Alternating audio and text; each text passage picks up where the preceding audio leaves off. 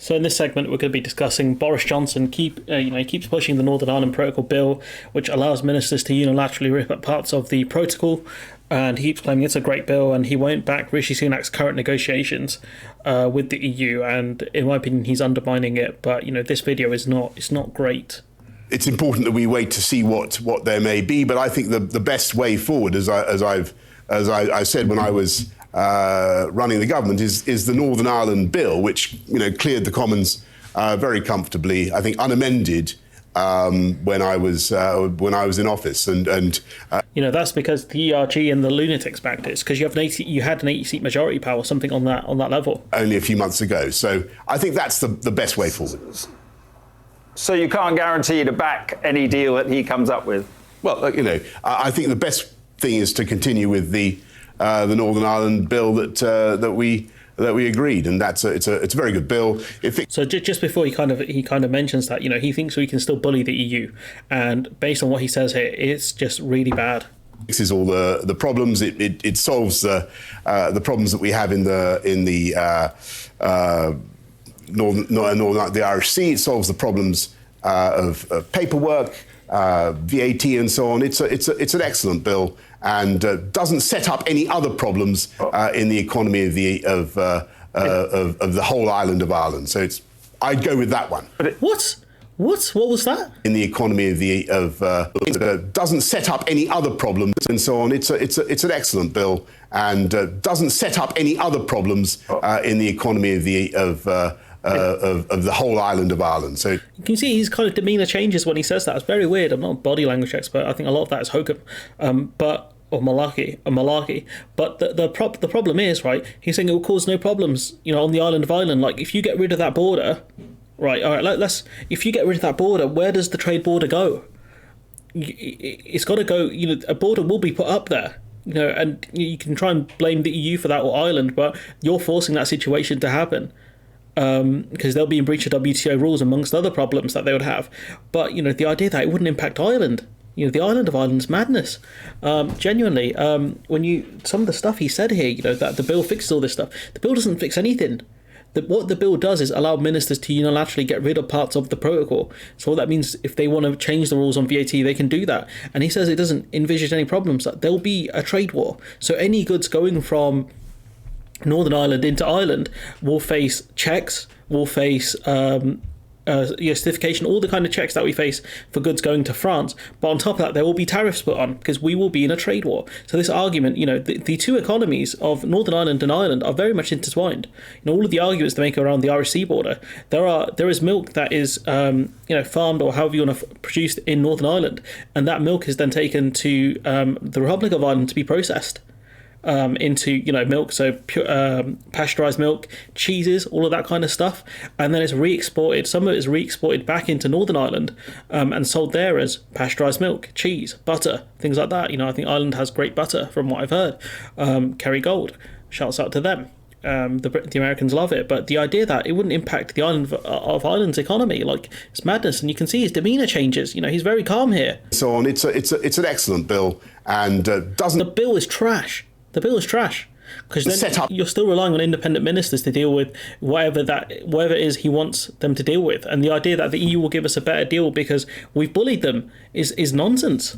Any other problems in the economy of the whole island of Ireland? So I'd go with that one. But it hasn't turned out to be an excellent bill for many people, has it? Well, it has. It went unamended through the Commons. I mean, it's there. My God, like the journalist, there's no pushback. There's minimal pushback on what he's just said there. He's looking to, the way you should have asked him is, where does that border go?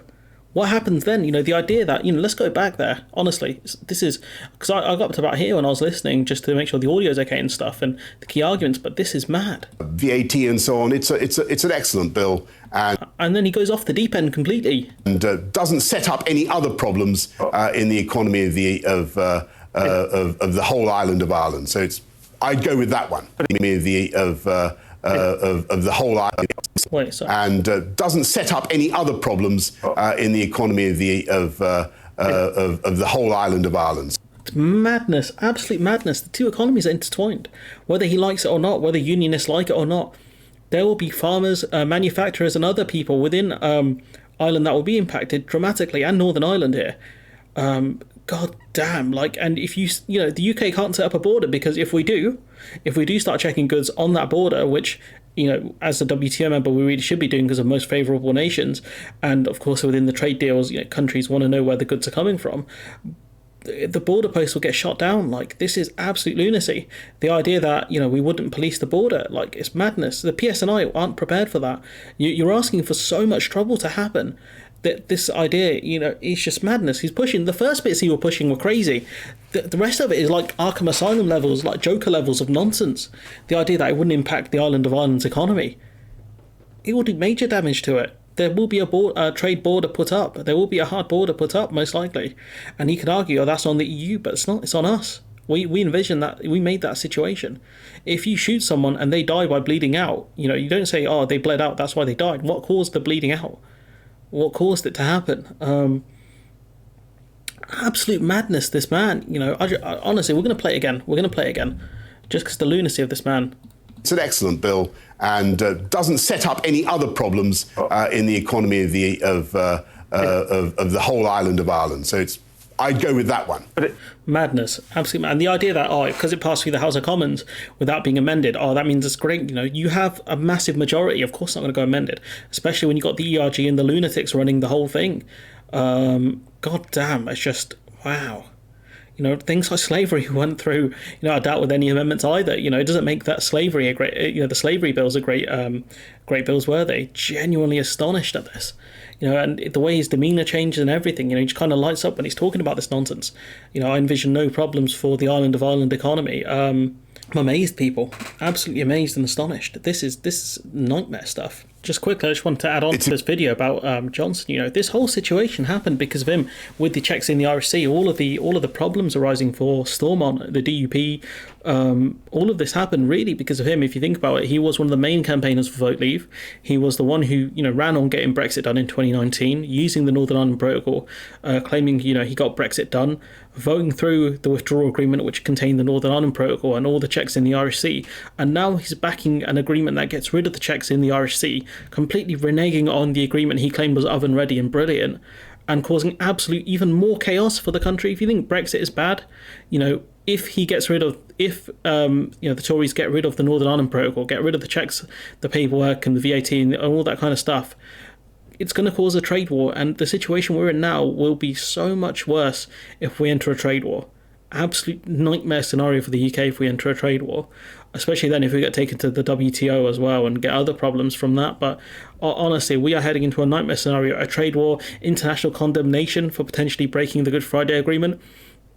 That means potential sanctions from the EU and the USA, amongst other countries as well, G7 members. I think Japan warned us, Canada warned us about reneging on, the Good Friday Agreement and causing problems in the with Northern Ireland. We were warned by so many countries. The Good Friday Agreement, an international agreement, really. When you think of the scale of the problem and you think of how many different countries were involved in getting an agreement and demilitarization, so many other things.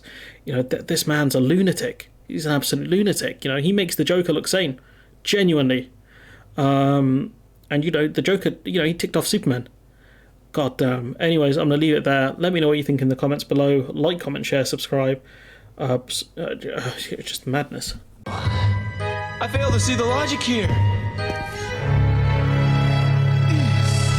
Senate.